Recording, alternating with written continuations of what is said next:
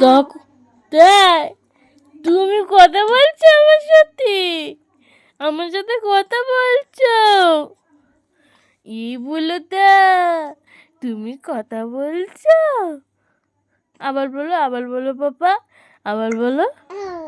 ওলে বাবালে এটা আমার পাপাটা কথা বলছে আলে লে ঈশো না